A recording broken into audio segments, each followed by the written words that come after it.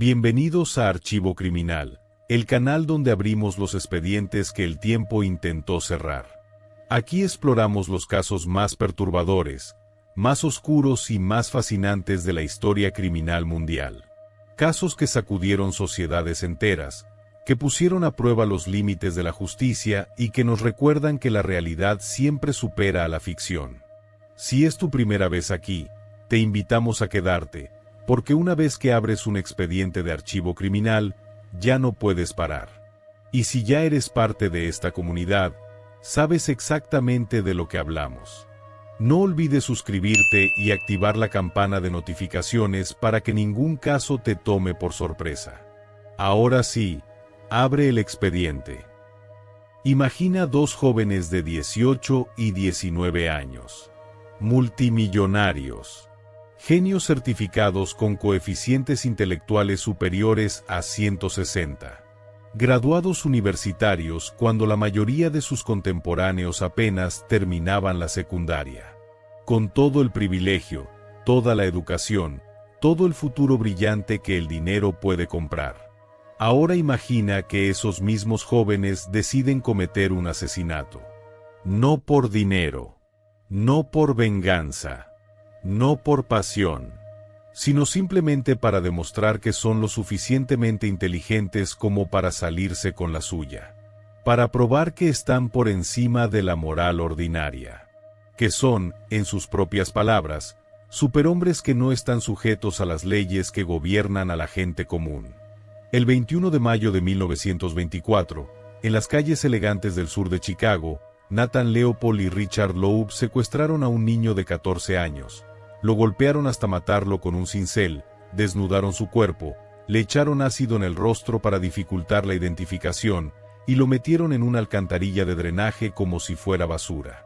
Luego fueron a cenar, jugaron cartas y durmieron tranquilamente. Creían que habían cometido el crimen perfecto. Se equivocaron. Este es el caso que Chicago llamó el crimen del siglo. El caso que cambió para siempre el sistema de justicia penal estadounidense. El caso de Leopold y Loeb. Y este es su expediente. Para entender cómo dos jóvenes privilegiados pudieron cometer un acto tan monstruoso, necesitamos entender quiénes eran y el mundo en el que crecieron. Chicago en los años 20 era una ciudad de extremos dramáticos. Por un lado, era la era del jazz, de los especuladores de la bolsa, de la prohibición del alcohol y el auge de los gánsteres como Al Capone. Era una época de exceso, de dinero fácil, de modernidad vertiginosa.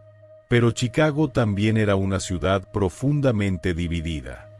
Los magnates industriales vivían en mansiones palatinas en el lado sur, mientras que miles de inmigrantes se hacinaban en conventillos sin calefacción. Era una ciudad donde el dinero lo compraba todo, incluyendo la justicia, la educación y el respeto. En este mundo de privilegio extremo crecieron Nathan Freudenthal Leopold Jr. y Richard Albert Loeb. Ambos provenían de familias judías alemanas inmensamente ricas que se habían establecido en el exclusivo barrio de Kenwood en el lado sur de Chicago. Nathan Leopold nació el 19 de noviembre de 1904. Su padre, Nathan Leopold Sr., era un ejecutivo multimillonario de la compañía Sears Roebuck, el gigante minorista de la época. La familia vivía en una mansión de 3 pisos con sirvientes, choferes y todo el lujo imaginable. Desde temprana edad, Nathan mostró una inteligencia extraordinaria que rayaba en lo prodigioso. Aprendió a leer a los 4 años. A los 12 hablaba 15 idiomas con fluidez, incluyendo latín, griego, sánscrito y varios dialectos europeos. Era un ornitólogo consumado, reconocido internacionalmente por sus estudios sobre aves. A los 18 años ya se había graduado de la Universidad de Chicago con honores y estaba aceptado en la Escuela de Derecho de Harvard. Pero detrás de esta brillantez había una personalidad profundamente perturbada. Nathan era socialmente torpe, físicamente poco atractivo según los estándares de la época, con ojos saltones que le ganaron el apodo de Dickie Bird, pájaro. Tenía pocos amigos y era objeto de burlas constantes. Su madre había muerto cuando él tenía 14 años, un evento traumático del que nunca se recuperó completamente. Nathan desarrolló una obsesión con la filosofía de Friedrich Nietzsche, específicamente con el concepto del superhombre o Übermensch. Nietzsche había propuesto la idea de que ciertos individuos superiores podían trascender la moralidad convencional, que estaban más allá del bien y del mal. Nathan tomó esta filosofía compleja y la distorsionó para justificar sus propios impulsos oscuros. Se convenció a sí mismo de que su inteligencia superior lo colocaba por encima de las leyes que gobernaban a la gente ordinaria. Nathan también tenía fantasías sexuales violentas. Imaginaba escenarios donde era un esclavo sometido por un maestro dominante. Estas fantasías se mezclaban con impulsos sádicos donde él era el dominador. Años después, psiquiatras identificarían estas tendencias como indicadores de una personalidad profundamente antisocial con rasgos sadomasoquistas. Richard Loeb era diferente en casi todos los aspectos superficiales, pero igualmente perturbado en el fondo. Nació el 11 de junio de 1905. Su padre, Albert Loeb, era el vicepresidente de Sears Roebuck, lo que lo convertía técnicamente en el jefe del padre de Nathan. La familia Loeb era aún más rica que los Leopold, si eso era posible. Vivían en una mansión de estilo georgiano con jardines extensos y un personal doméstico de más de 20 empleados. Richard era todo lo que Nathan no era. Guapo, carismático, encantador, atlético. Tenía amigos con facilidad. Las chicas lo adoraban. Era el tipo de joven que podía convencer a cualquiera de cualquier cosa con su sonrisa perfecta y su confianza natural. Richard también era brillante, aunque no al nivel prodigioso de Nathan. Sin embargo, era el estudiante más joven en graduarse de la Universidad de Michigan, haciéndolo a los 17 años. En 1924, a los 18 años, estaba cursando estudios de posgrado en la Universidad de Chicago. Pero Richard tenía sus propios demonios. Había crecido bajo el cuidado de una institutriz llamada Miss Struthers, quien lo había educado con una rigidez extrema. Ella lo presionaba constantemente para ser el mejor, el más brillante, el más exitoso. Richard desarrolló una necesidad compulsiva de demostrar su superioridad intelectual. También desarrolló una fascinación enfermiza con el crimen. Leía obsesivamente novelas de detectives. Estudiaba casos criminales famosos. Pero no desde la perspectiva de resolver crímenes, sino de cometerlos. Richard fantaseaba con ser el criminal perfecto, el genio que podía burlar a la policía, que podía planear y ejecutar el crimen perfecto. Richard comenzó a cometer pequeños crímenes desde la adolescencia. Robaba automóviles por diversión, no por necesidad. Entraba a casas no para robar objetos de valor, sino simplemente para probar que podía. Prendía fuegos en contenedores de basura. Rompía ventanas. Eran actos de vandalismo sin sentido, impulsados únicamente por el deseo de demostrar que era más listo que las autoridades. Nathan y Richard se conocieron en 1921 cuando Nathan tenía 16 años y Richard 15. Asistían a clases juntos en la Universidad de Chicago. La amistad fue instantánea e intensa de una manera que preocupó a quienes los rodeaban. Para Nathan, Richard era el maestro dominante de sus fantasías. Era guapo, popular, seguro de sí mismo, todo lo que Nathan deseaba ser. Nathan se enamoró de Richard de una manera que iba mucho más allá de la amistad. Era una obsesión total. Para Richard, Nathan era el seguidor perfecto. Alguien más inteligente que él en muchos aspectos, pero tan desesperado por su aprobación que haría cualquier cosa que Richard sugiriera. Richard disfrutaba del poder que tenía sobre Nathan. La relación entre ellos era compleja y profundamente disfuncional. Era parte intelectual, parte sexual, parte sadomasoquista. Nathan estaba sexualmente obsesionado con Richard, aunque Richard aparentemente veía el sexo entre ellos como simplemente el precio que tenía que pagar para mantener a Nathan bajo su control. Richard estableció un pacto con Nathan. Nathan le daría dinero y favores sexuales cuando Richard quisiera, y a cambio, Richard participaría en las actividades criminales que planeaba. Juntos, Nathan y Richard crearon una filosofía compartida de superioridad. Se convencieron mutuamente de que eran superhombres nietzscheanos, que su inteligencia superior los colocaba más allá de la moralidad convencional, que podían cometer crímenes sin consecuencia moral porque las reglas que aplicaban a la gente ordinaria no se aplicaban a ellos. Durante 1923 y principios de 1924, Nathan y Richard escalaron sus actividades criminales. Robaban automóviles regularmente. Entraban a casas. Prendían incendios. Robaban artículos de fraternidades universitarias. Pero ninguno de estos crímenes los satisfacía realmente. Eran demasiado fáciles. No demostraban nada. Fue Richard quien primero sugirió la idea del crimen perfecto. Quería demostrar que podía planear y ejecutar un asesinato tan brillantemente que nunca sería atrapado. No por odio hacia la víctima. No por ganancia. Simplemente como un ejercicio intelectual. Para demostrar que podía. Nathan inicialmente se resistió. Había leído sobre crimen. Había fantaseado sobre violencia, pero asesinato era diferente. Sin embargo, su obsesión con Richard era tan completa que eventualmente acordó. Más que eso, se convirtió en un participante entusiasta. Si esto era lo que Richard quería, Nathan lo ayudaría. La planificación del crimen perfecto comenzó en noviembre de 1923, 6 meses antes del asesinato real. Nathan y Richard se reunían casi diariamente para diseñar cada detalle. Lo documentaron todo en notas detalladas, como si estuvieran preparando un experimento científico. Primero, decidieron el tipo de crimen. Sería un secuestro seguido de asesinato.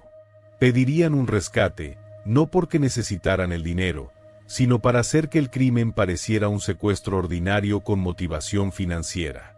Nadie sospecharía que el verdadero motivo era puramente intelectual.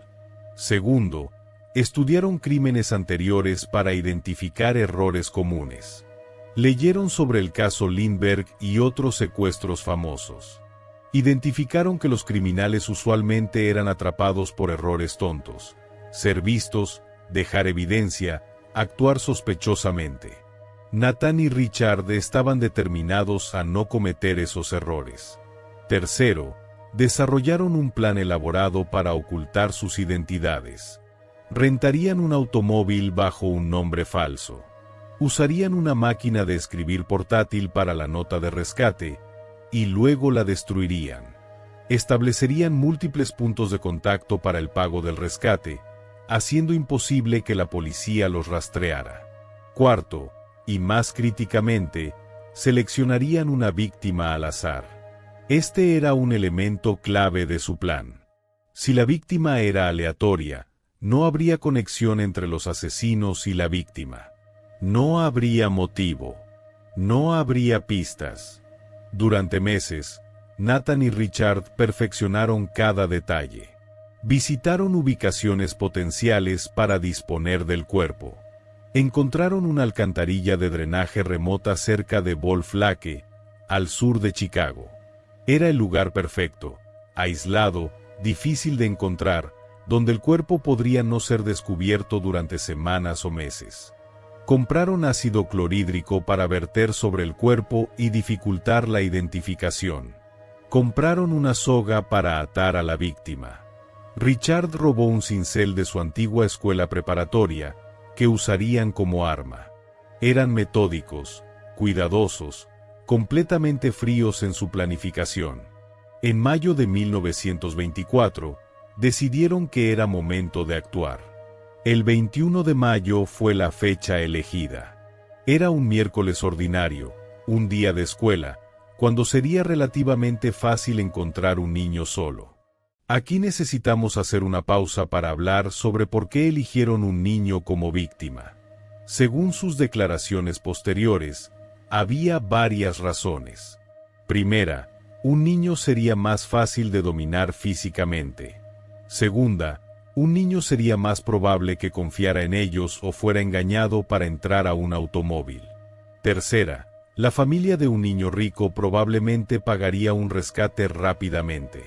Pero la razón más oscura era que tanto Nathan como Richard tenían inclinaciones pedófilas que nunca habían reconocido completamente, ni siquiera ante ellos mismos. La mañana del 21 de mayo de 1924, Nathan y Richard se despertaron en sus respectivas mansiones, desayunaron con sus familias y actuaron completamente normal. Era un día cálido y soleado, perfecto para lo que tenían planeado. Alrededor del mediodía, se encontraron y condujeron a una agencia de alquiler de automóviles en el centro de Chicago. Richard, usando el nombre falso de Morton de Bayard, rentó un Willys Knight sedán de color azul oscuro. Le dijo al empleado que necesitaba el automóvil para un viaje de negocios. Pagó en efectivo. El empleado no sospechó nada. Pasaron la tarde conduciendo por el sur de Chicago, específicamente alrededor del área de Kenwood donde ambos habían crecido. Estaban buscando una víctima. Pasaron por varias escuelas privadas. Vieron varios niños caminando solos, pero por una razón u otra no los abordaron. O había demasiada gente alrededor. O el niño no parecía lo suficientemente rico. Eran increíblemente selectivos para algo tan monstruoso. Alrededor de las 5 de la tarde, vieron a un niño caminando solo por la calle Ellis cerca de la escuela preparatoria Harvard. El niño tenía 14 años, era delgado, vestía ropa de buena calidad. Parecía perfecto. El niño se llamaba Robert Bobby Franks. Era hijo de Jacob Franks, un exitoso hombre de negocios millonario que vivía a solo 2 cuadras de la familia Loeb. Bobby era primo segundo de Richard Loeb. Se conocían. Bobby había estado en la casa de los Loeb. Richard había jugado tenis con Bobby en múltiples ocasiones. Este hecho, que conocían a Bobby, destruyó completamente su plan de elegir una víctima aleatoria sin conexión. Pero en el momento, impulsados por la anticipación y el compromiso con el plan, Nathan y Richard decidieron seguir adelante de todos modos. Richard, quien conducía, detuvo el automóvil junto a Bobby. Bajó la ventana y sonrió. «Hola Bobby, ¿a dónde vas?» Bobby reconoció a Richard inmediatamente. «Hola Dick, voy a casa». Richard le ofreció llevarlo. Bobby, confiando en el amigo de la familia, aceptó sin dudar. Bobby subió al asiento delantero junto a Richard. Nathan estaba en el asiento trasero. Comenzaron a conducir hacia la casa de Bobby. Bobby hablaba animadamente sobre su día en la escuela, sobre un juego de béisbol que había jugado, completamente inconsciente de que estaba sentado con 2 asesinos. Cuando habían conducido solo unas cuadras, Nathan atacó. Desde el asiento trasero, envolvió una soga alrededor del cuello de Bobby y comenzó a estrangularlo. Al mismo tiempo, Richard golpeó a Bobby en la cabeza múltiples veces con el cincel que habían traído. Bobby luchó desesperadamente. Gritó, pero el sonido fue cortado por la soga. Intentó alcanzar la manija de la puerta, pero no pudo. La sangre brotaba de las heridas en su cabeza, salpicando el interior del automóvil rentado. Sus pequeñas manos arañaban el aire, buscando algo, cualquier cosa que pudiera salvarlo. La lucha duró solo unos minutos, aunque para Bobby debió sentirse como una eternidad. Finalmente, su cuerpo se puso flácido. Dejó de moverse. Bobby Franks estaba muerto. Había muerto de trauma craneal masivo y asfixia. Tenía 14 años. Había estado vivo y feliz solo minutos antes. Ahora era un cadáver sangriento en el asiento de un automóvil. Nathan y Richard no sintieron nada.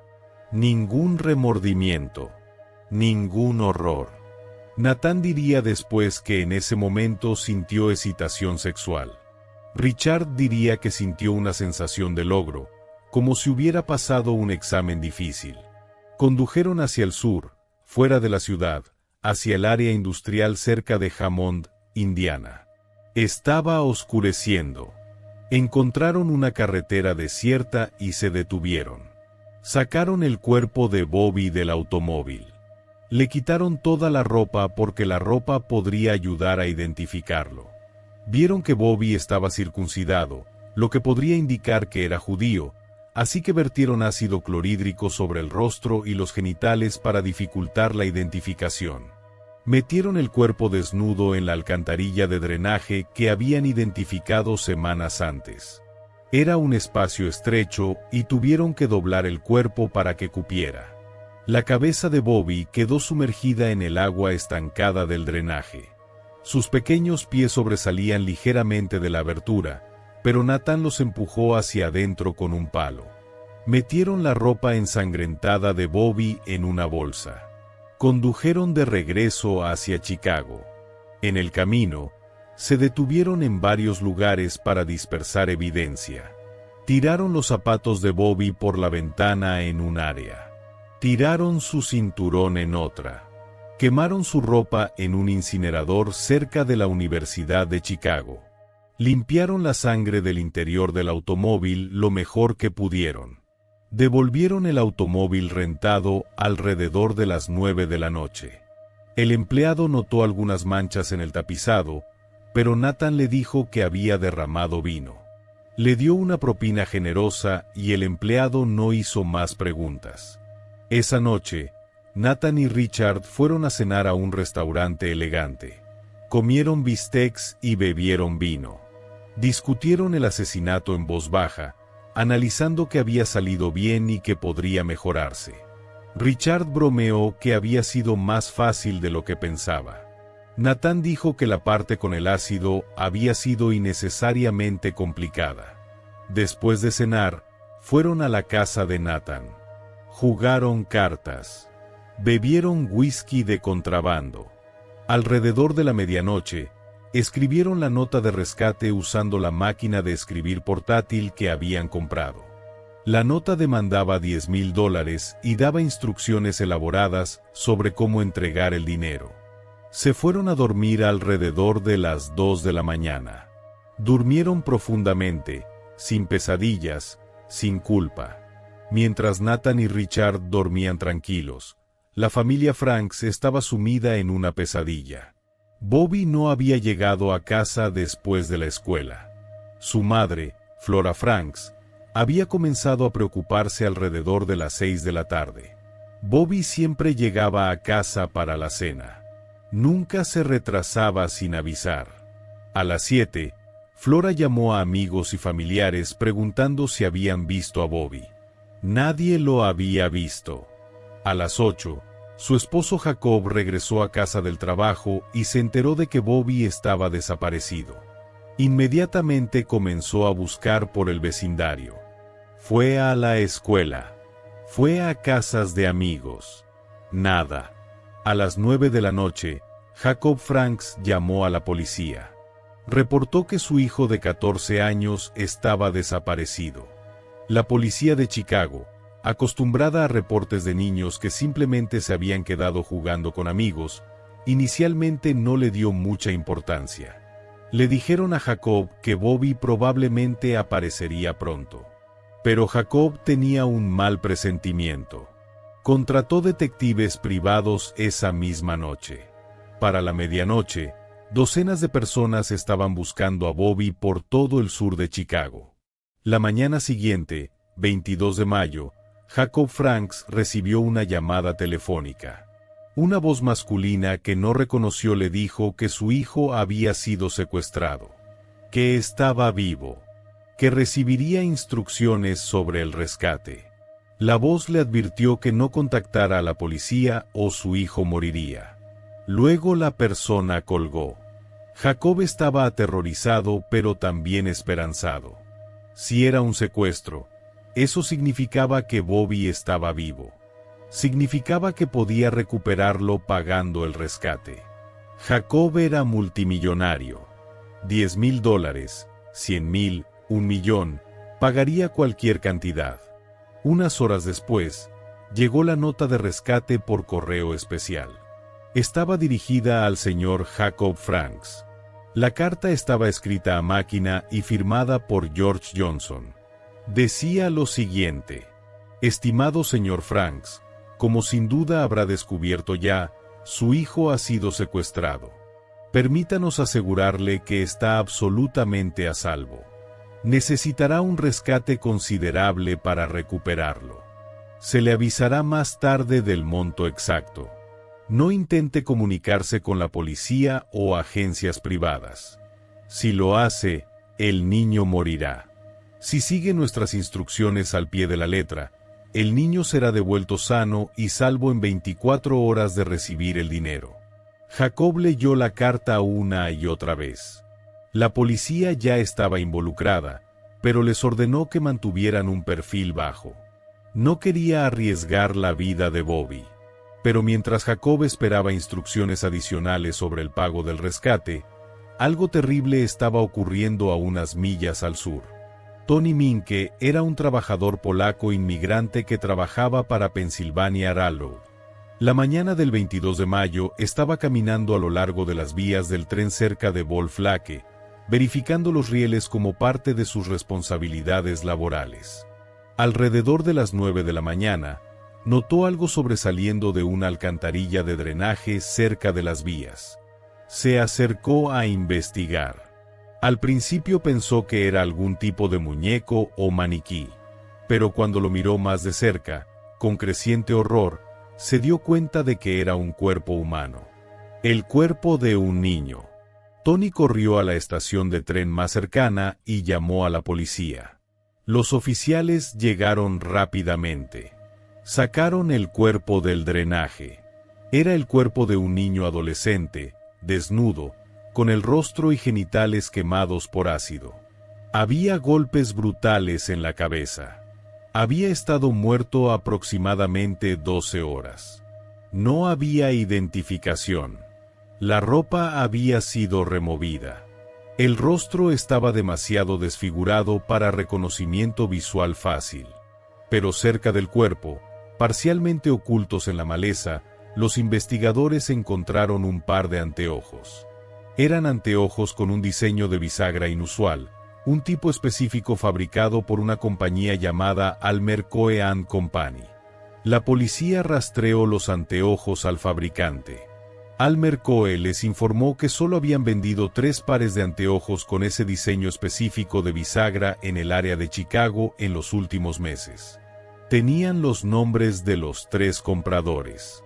Uno de esos nombres era Nathan Leopold Jr. Mientras tanto, a través de registros dentales y finalmente una marca de nacimiento en el pie que el ácido no había destruido completamente, el cuerpo fue identificado como Robert Bobby Franks. La noticia llegó a la familia Franks mientras todavía esperaban instrucciones de rescate. La esperanza se convirtió en horror insoportable. Jacob Franks se derrumbó. Flora Franks fue sedada por un médico. La comunidad judía del sur de Chicago estaba en shock.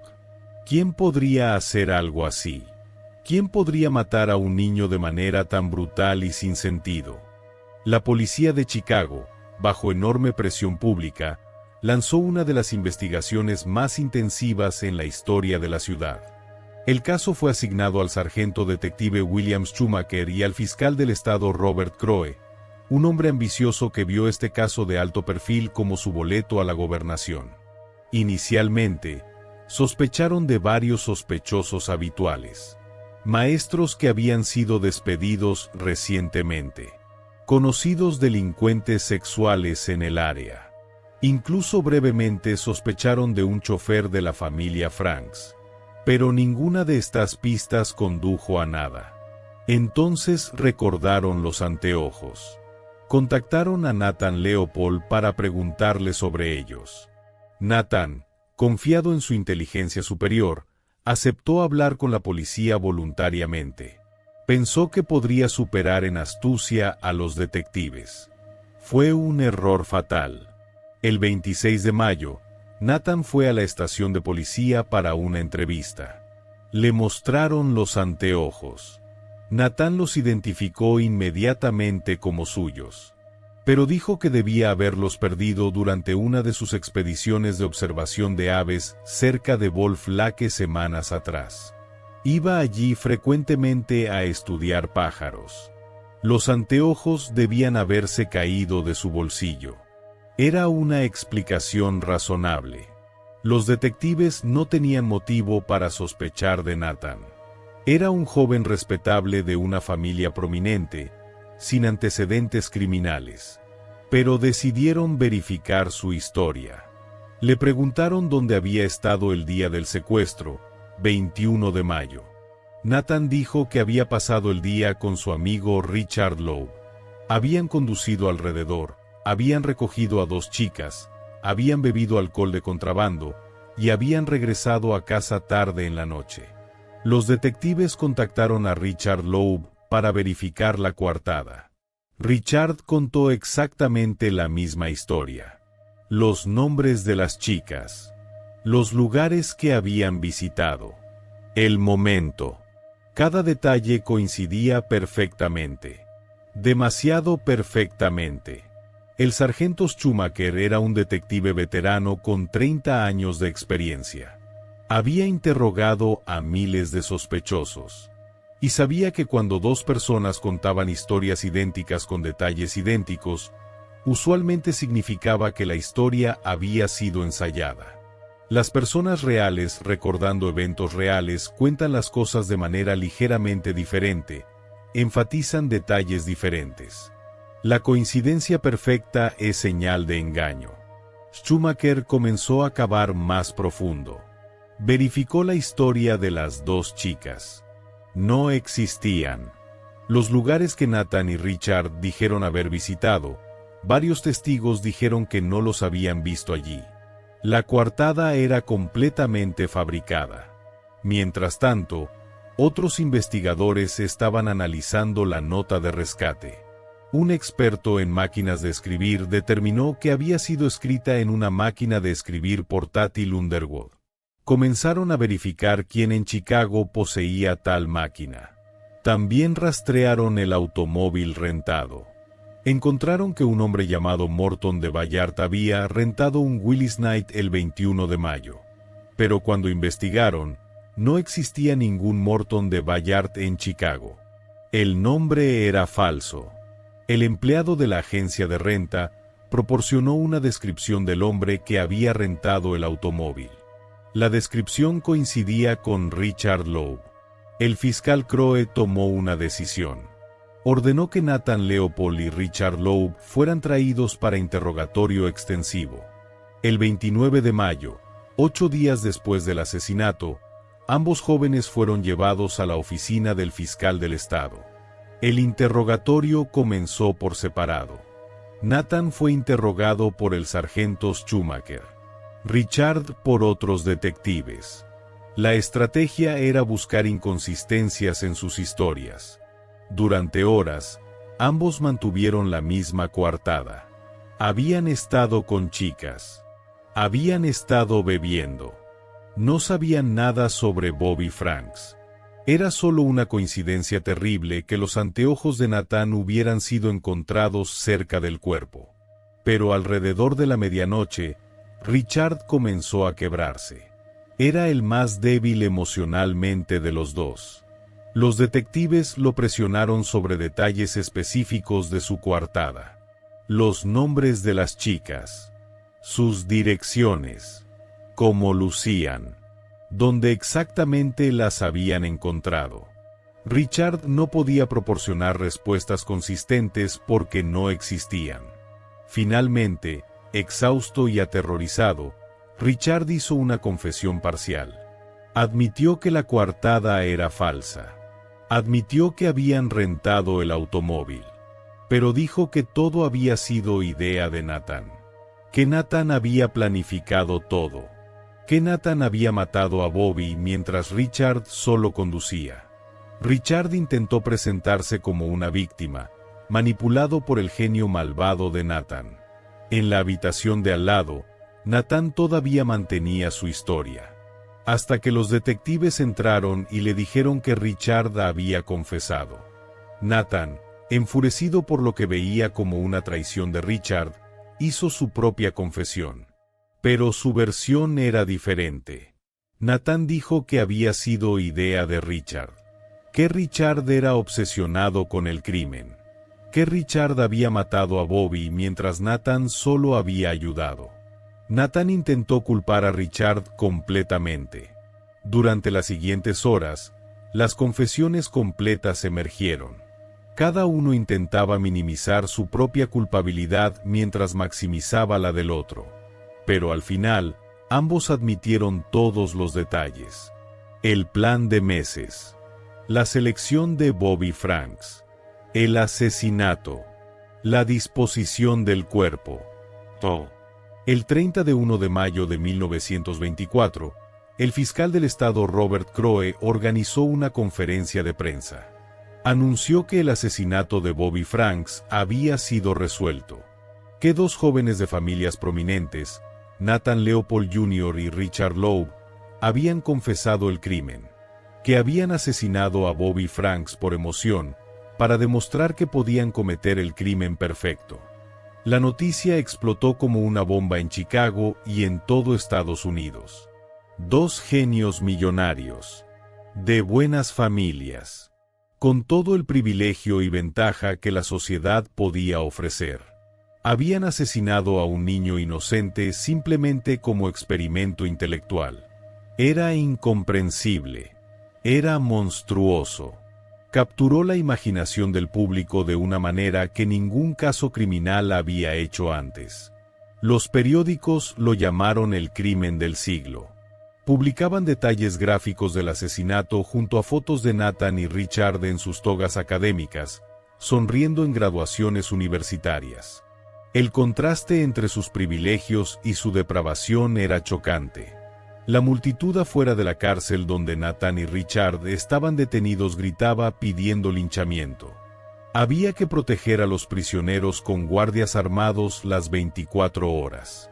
El sentimiento público era unánime.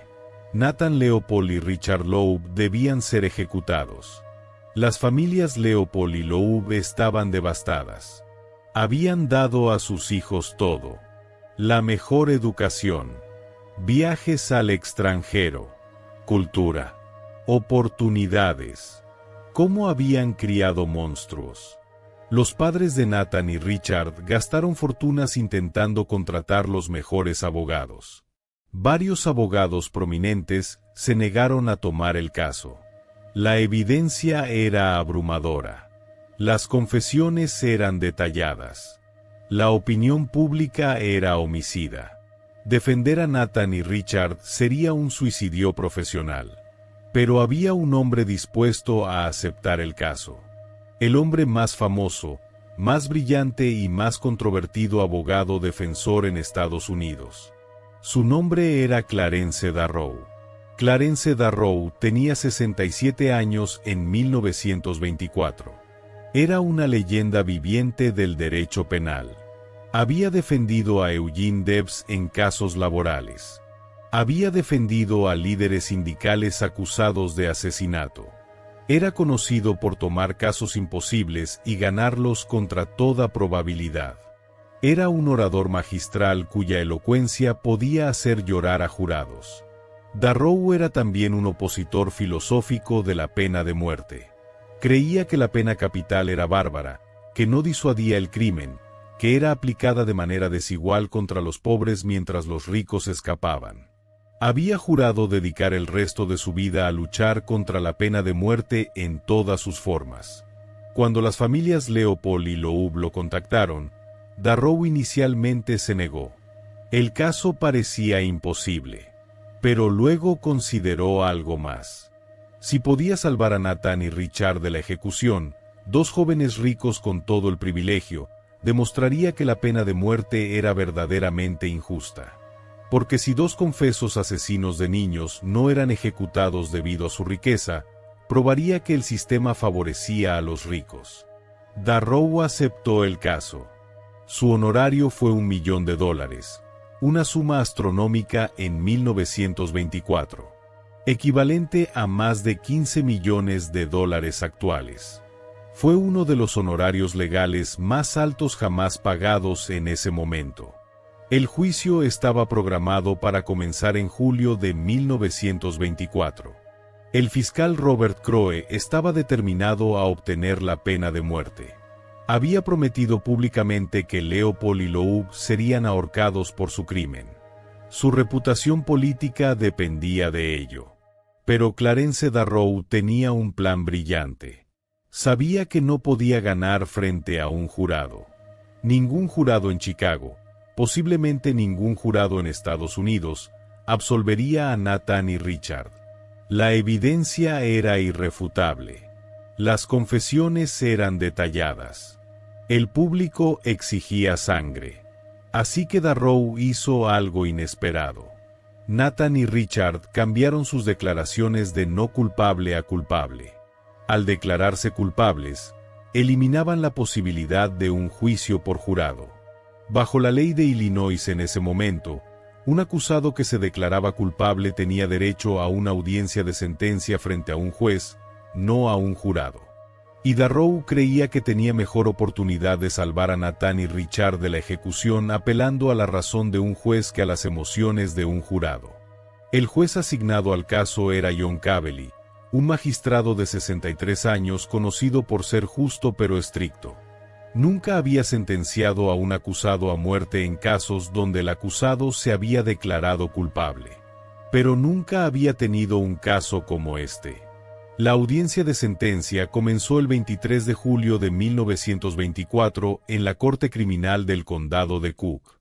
La sala del tribunal estaba llena hasta su capacidad máxima. Cientos de periodistas de todo el mundo. Cada asiento ocupado. Afuera, miles de personas bloqueaban las calles intentando entrar. Nathan Leopold y Richard Loeb fueron traídos esposados. Nathan lucía demacrado, había perdido peso en la cárcel. Richard parecía sorprendentemente compuesto, casi arrogante. Se sentaron en la mesa de la defensa flanqueados por guardias. El fiscal Robert Crowe presentó su caso primero. Durante 2 semanas, llamó a testigos que documentaron cada aspecto del crimen. La planificación meticulosa, el asesinato brutal, la disposición fría del cuerpo, el intento de extorsionar a una familia en duelo. Crowe llamó al padre de Bobby, Jacob Franks, al estrado.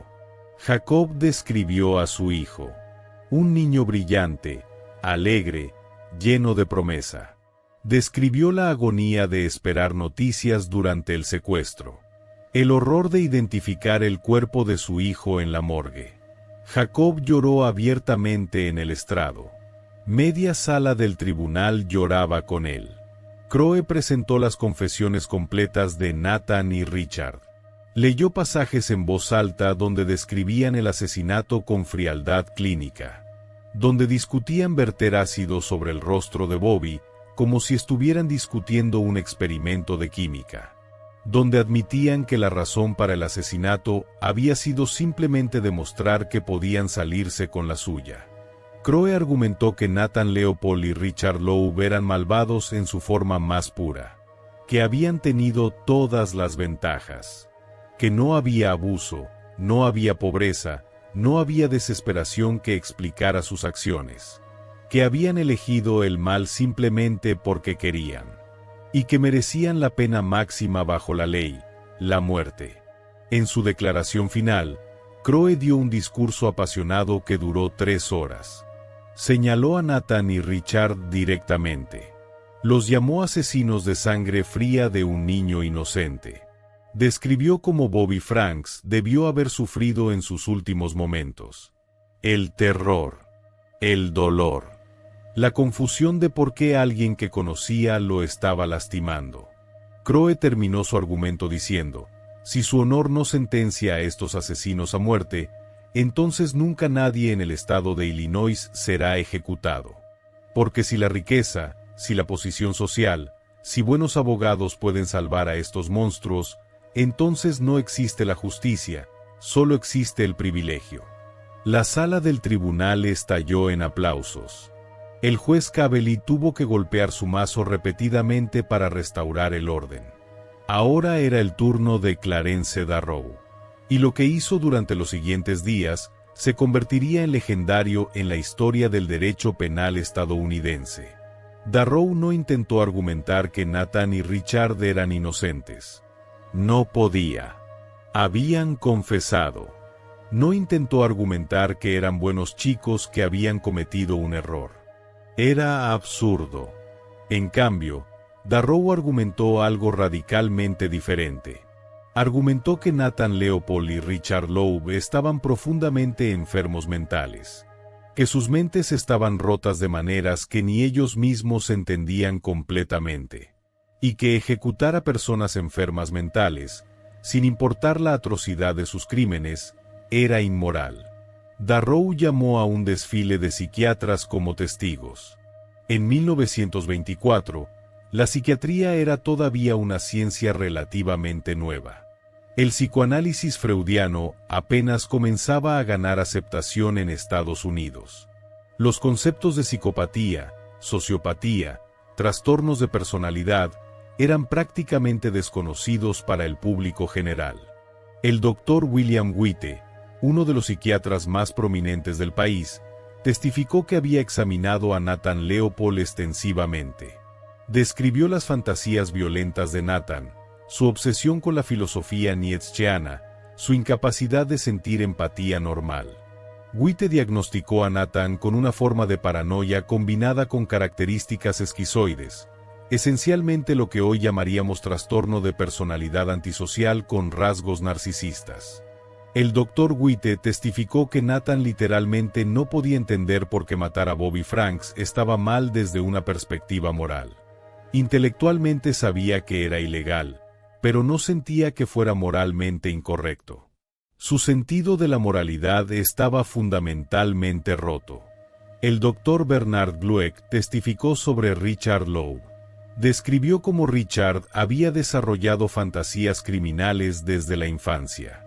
Cómo había progresado de pequeños actos de vandalismo a crímenes más serios, siempre buscando la emoción de salirse con la suya. Glueck diagnosticó a Richard con lo que llamó una condición paranoica mezclada con características psicopáticas. Glueck testificó que la relación entre Nathan y Richard era simbiótica y profundamente enferma, que se habían alimentado mutuamente de las fantasías del otro, que ninguno habría cometido el asesinato solo, pero juntos crearon una dinámica tóxica donde cada uno emboldecía al otro. Los psiquiatras también testificaron sobre las infancias de Nathan y Richard. La madre ausente de Nathan. La institutriz controladora de Richard. La presión constante de ser genios, de ser perfectos. Ninguna de estas cosas justificaba el asesinato, pero ayudaban a explicar cómo dos cerebros jóvenes habían sido deformados. El fiscal Crowe atacó agresivamente a estos testimonios psiquiátricos. En el contrainterrogatorio, forzó a los doctores a admitir que Nathan y Richard sabían que matar era ilegal, que habían planeado meticulosamente para evitar ser atrapados, que esto demostraba que entendían las consecuencias de sus acciones. Crowe argumentó que la enfermedad mental no era excusa, que mucha gente tenía infancias difíciles y no se convertían en asesinos, que Nathan y Richard habían elegido el mal conscientemente, y que la única respuesta apropiada era la muerte. Después de 3 semanas de testimonio, llegó el momento de las declaraciones finales. El 3 de agosto de 1924, Clarence Darrow se levantó para hacer su alegato final ante el juez Cabelli. Lo que siguió fue quizás el discurso legal más famoso en la historia estadounidense. Darrow habló durante 12 horas repartidas en 2 días. No usó notas. No usó dramaturgia excesiva. Simplemente habló desde el corazón, con una elocuencia y pasión que dejó a la sala del tribunal hipnotizada. Darrow comenzó admitiendo la monstruosidad del crimen. No hay excusa, dijo. No hay justificación. Bobby Franks era un niño inocente que fue asesinado brutalmente. Su familia merece justicia. Pero la justicia no es venganza. La justicia no es matar a dos jóvenes enfermos mentales para satisfacer la sed de sangre del público. Darrow luego atacó la hipocresía de la sociedad. Habló de cómo la pena de muerte era aplicada casi exclusivamente a los pobres. Como los ricos, cuando cometían crímenes, usualmente escapaban con sentencias leves. Como Nathan y Richard, irónicamente, estaban siendo amenazados con ejecución precisamente porque eran ricos y el público quería demostrar que la justicia era igual para todos. Pero si la justicia fuera verdaderamente igual, argumentó Darrow, nadie sería ejecutado. Darrow habló sobre la juventud de Nathan y Richard. Tienen 18 y 19 años, dijo. Son niños en cuerpos de adultos. Sus cerebros no están completamente desarrollados. Bajo la ley de Illinois, argumentó, la juventud siempre había sido un factor mitigante en sentencias.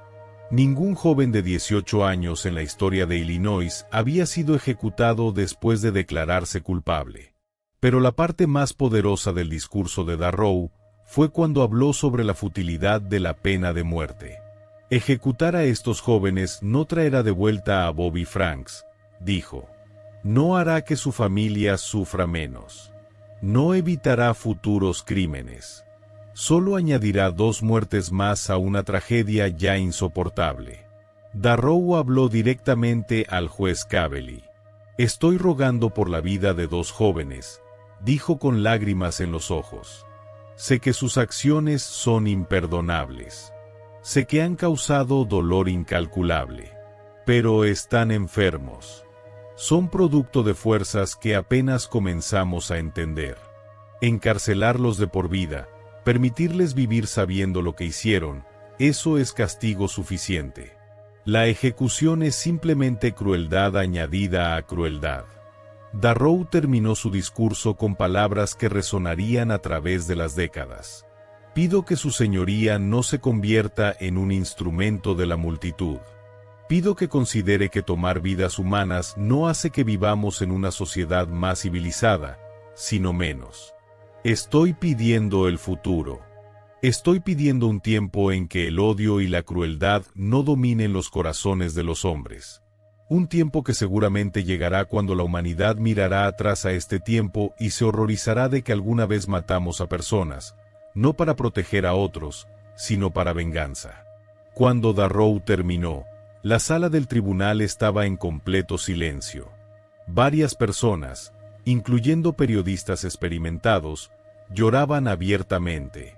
Incluso el juez Cavely tenía los ojos húmedos. El alegato de Darrow había sido una obra maestra de persuasión moral.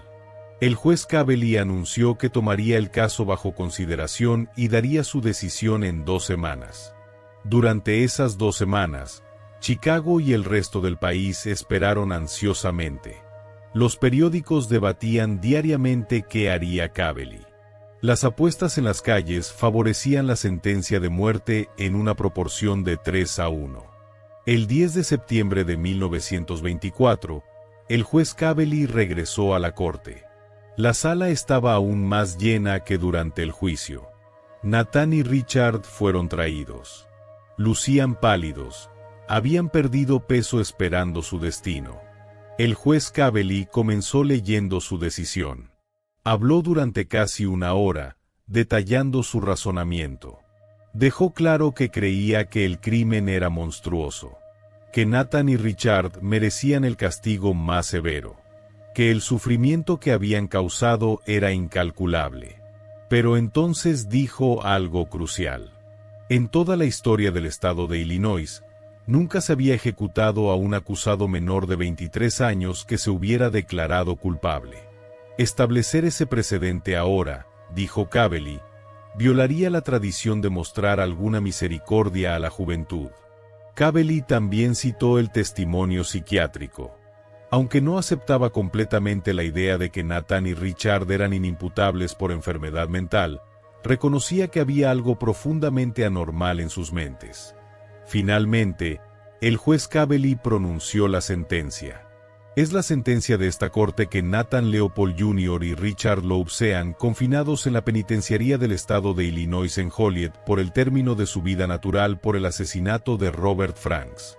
Adicionalmente, 99 años por secuestro con intención de rescate. La sala del tribunal explotó. Gritos de indignación. Gritos de alivio. El fiscal Crowe estaba visiblemente furioso. La familia Franks lloraba. La madre de Richard Loeb se desmayó y tuvo que ser atendida por médicos. Nathan y Richard no mostraron emoción visible, aunque años después Nathan admitiría que en ese momento sintió alivio abrumador. Afuera del tribunal, multitudes enfurecidas gritaban que era una injusticia, que los ricos habían comprado su camino fuera de la ejecución, que si fueran pobres ya estarían en camino a la horca. Tenían razón en muchos aspectos. Nathan Leopold y Richard Loeb fueron transferidos a la penitenciaría del estado de Illinois en Joliet, una prisión de máxima seguridad conocida por su brutalidad. Para dos jóvenes ricos acostumbrados al lujo, fue un shock devastador. Al principio, fueron mantenidos en celdas separadas por su propia seguridad. Otros prisioneros los odiaban. Eran vistos como niños ricos que habían matado a un niño y se habían salido con la suya. Hubo múltiples intentos de agredirlos. Pero gradualmente, Nathan y Richard se adaptaron a la vida en prisión de maneras diferentes. Nathan se volvió un prisionero modelo. Estableció la primera biblioteca de la prisión, organizando miles de libros para que otros prisioneros pudieran educarse. Enseñó clases de lectura y matemáticas. Aprendió más idiomas, eventualmente llegando a 27. Cuando se descubrió una cura para la malaria en 1944, Nathan se ofreció como voluntario para pruebas médicas peligrosas, exponiendo su vida para ayudar a avanzar la ciencia médica. Richard, por otro lado, se adaptó de manera más superficial. Era carismático y popular entre ciertos grupos de prisioneros, pero no mostraba el mismo nivel de remordimiento o rehabilitación que Nathan. Richard todavía tenía una actitud arrogante, todavía actuaba como si las reglas no aplicaran completamente a él. La relación entre Nathan y Richard en prisión era compleja. Fueron eventualmente alojados en la misma sección y se veían regularmente. Pero la dinámica había cambiado. Nathan ya no estaba obsesionado con Richard. La realidad de la prisión, el peso de lo que habían hecho, había matado cualquier romance que Nathan hubiera sentido. El 28 de enero de 1936, 12 años después del crimen, Richard Loeb fue asesinado en prisión. Fue atacado en las duchas por otro prisionero llamado James Day. Day cortó la garganta de Richard con una navaja de afeitar y lo apuñaló múltiples veces. Richard murió desangrado en el piso de las duchas. Tenía 30 años. James Day afirmó que había actuado en defensa propia, que Richard había intentado agredirlo sexualmente. Esta versión nunca fue verificada. Algunos creyeron que Day había asesinado a Richard por fama, por ser el hombre que mató al famoso asesino. Otros creyeron la historia de defensa propia. Day fue absuelto de cargos de homicidio. Nathan estaba devastado por la muerte de Richard, aunque su relación había sido complicada.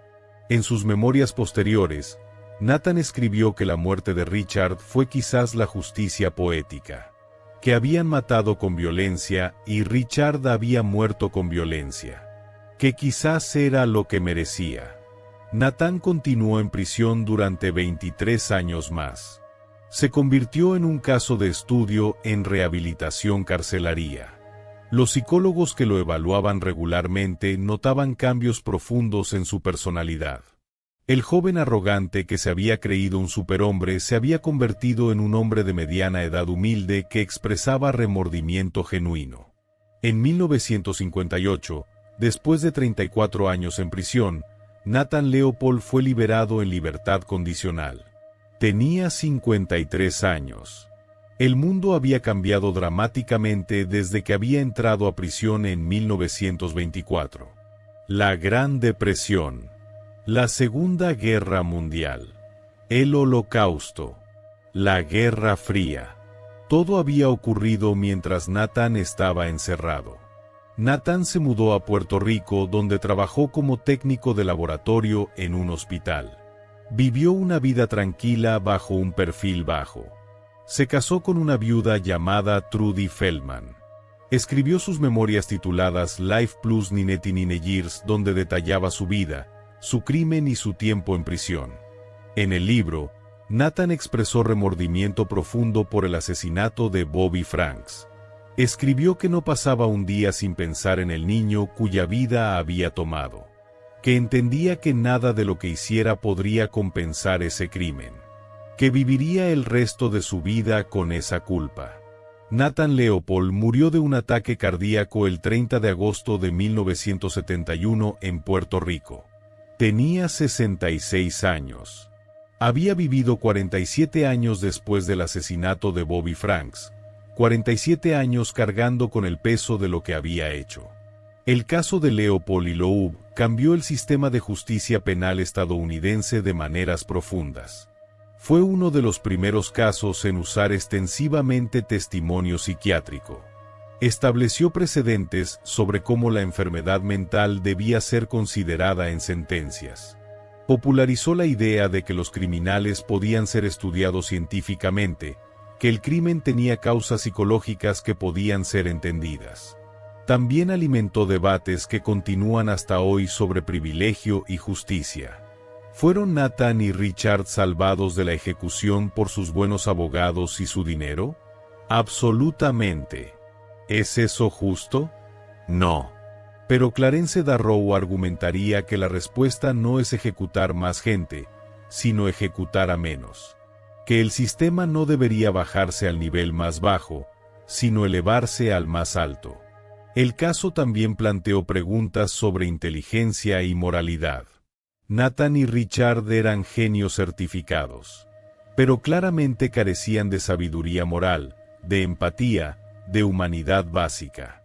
El caso demostró que inteligencia y bondad no están relacionadas, que puede ser brillante y completamente malvado al mismo tiempo. Pero en medio de toda la discusión sobre Leopold y Loeb, sobre Clarence Darrow, sobre precedentes legales y batallas filosóficas, hay una persona que casi siempre es olvidada: Bobby Franks.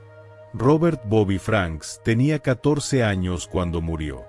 Era un estudiante brillante, un atleta entusiasta, un hijo amado. Le gustaba el béisbol. Tenía un perro. Soñaba con ir a la universidad. Tenía toda una vida por delante. El 21 de mayo de 1924, Bobby estaba caminando a casa después de un día normal de escuela. Estaba pensando en la cena, en hacer su tarea, en jugar con su perro. Cosas ordinarias que los niños de 14 años piensan. Entonces vio a alguien que conocía, alguien en quien confiaba, que se detuvo y le ofreció llevarlo a casa. Bobby, sin sospecha, subió al automóvil. Minutos después estaba muerto. Sus últimos momentos fueron de confusión, terror y dolor insoportable. Bobby Franks nunca tuvo la oportunidad de tener su primer amor. Nunca fue a la universidad. Nunca tuvo una carrera. Nunca se casó ni tuvo hijos. Todo le fue robado porque dos jóvenes ricos decidieron que demostrar su superioridad intelectual era más importante que una vida humana. La familia Franks nunca se recuperó completamente. Jacob Franks murió en 1941, habiendo vivido 17 años después del asesinato de su hijo. Hasta su último día, mantuvo una foto de Bobby en su escritorio. Flora Franks vivió hasta 1952. Ella visitaba la tumba de Bobby cada semana sin falta. El dolor nunca disminuyó. El hermano de Bobby tuvo pesadillas durante décadas. La imagen de su hermano pequeño siendo asesinado lo atormentaba. Desarrolló problemas de salud mental que requirieron tratamiento extensivo. En el gran esquema del caso Leopold y Loeb, Bobby Franks es a menudo reducido a una víctima sin rostro, un detalle en una historia más grande sobre el crimen y el castigo. Pero Bobby era una persona real. Un niño que amaba y era amado. Un niño cuya vida tenía valor infinito. Ninguna cantidad de años de prisión para Leopold y Loeb podría devolver a Bobby. Ningún alegato brillante de Clarence Darrow podría consolar a la familia Franks. Ningún estudio psiquiátrico podría explicar completamente por qué dos jóvenes con todo decidieron tomar la vida de un niño inocente. El caso Leopold y Loeb nos recuerda que el privilegio no crea moralidad, que la inteligencia no garantiza decencia, que el mal puede existir en los lugares más inesperados y en las personas más improbables. También nos recuerda que la justicia es complicada, que las respuestas fáciles, ya sean ejecutar a todos los asesinos o perdonar a todos, no capturan la complejidad moral de casos individuales, que debemos equilibrar castigo con rehabilitación, justicia con misericordia, venganza con compasión. Casi 100 años después del crimen, el nombre Leopold y Loeb todavía evoca horror y fascinación. Su caso ha inspirado libros, obras de teatro, películas. Se ha convertido en parte de la cultura estadounidense, un símbolo del crimen sin sentido, del privilegio sin consecuencias, de la brillantez sin humanidad. Pero en el centro de toda la atención mediática, todo el análisis académico, toda la fascinación cultural, hay una verdad simple e inmutable. Un niño de 14 años llamado Bobby Franks fue asesinado brutalmente por dos jóvenes que creían que eran demasiado inteligentes para ser atrapados, demasiado superiores para ser juzgados por las reglas ordinarias de la moralidad. Se equivocaron. Fueron atrapados. Fueron juzgados. Y pagaron por su crimen con décadas de encarcelamiento. Pero Bobby Franks pagó con su vida. Y esa es la parte de la historia que nunca debemos olvidar. Este expediente está cerrado. Pero la memoria de Bobby Franks debe permanecer abierta. Esto ha sido Archivo Criminal. El crimen perfecto que resultó ser perfectamente imperfecto. Dos genios que pensaron que estaban por encima de la ley, de la moralidad, de las consecuencias. Un niño inocente que pagó el precio de su arrogancia con su vida. Si este caso te impactó, déjanos en los comentarios tu opinión. ¿Fue correcta la sentencia de cadena perpetua o debieron ser ejecutados? ¿El dinero y los buenos abogados compraron justicia o misericordia? Queremos conocer tu perspectiva. Si aún no te has suscrito a Archivo Criminal, hazlo ahora. Cada semana abrimos expedientes que desafían todo lo que creemos saber sobre la justicia, el crimen y la naturaleza humana. Activa la campana de notificaciones porque el próximo caso te dejará cuestionando todo. Recuerda, en Archivo Criminal contamos las historias que la sociedad intentó olvidar. Las historias que importan. Las verdades que debemos recordar. Nos vemos en el próximo expediente. El archivo nunca duerme.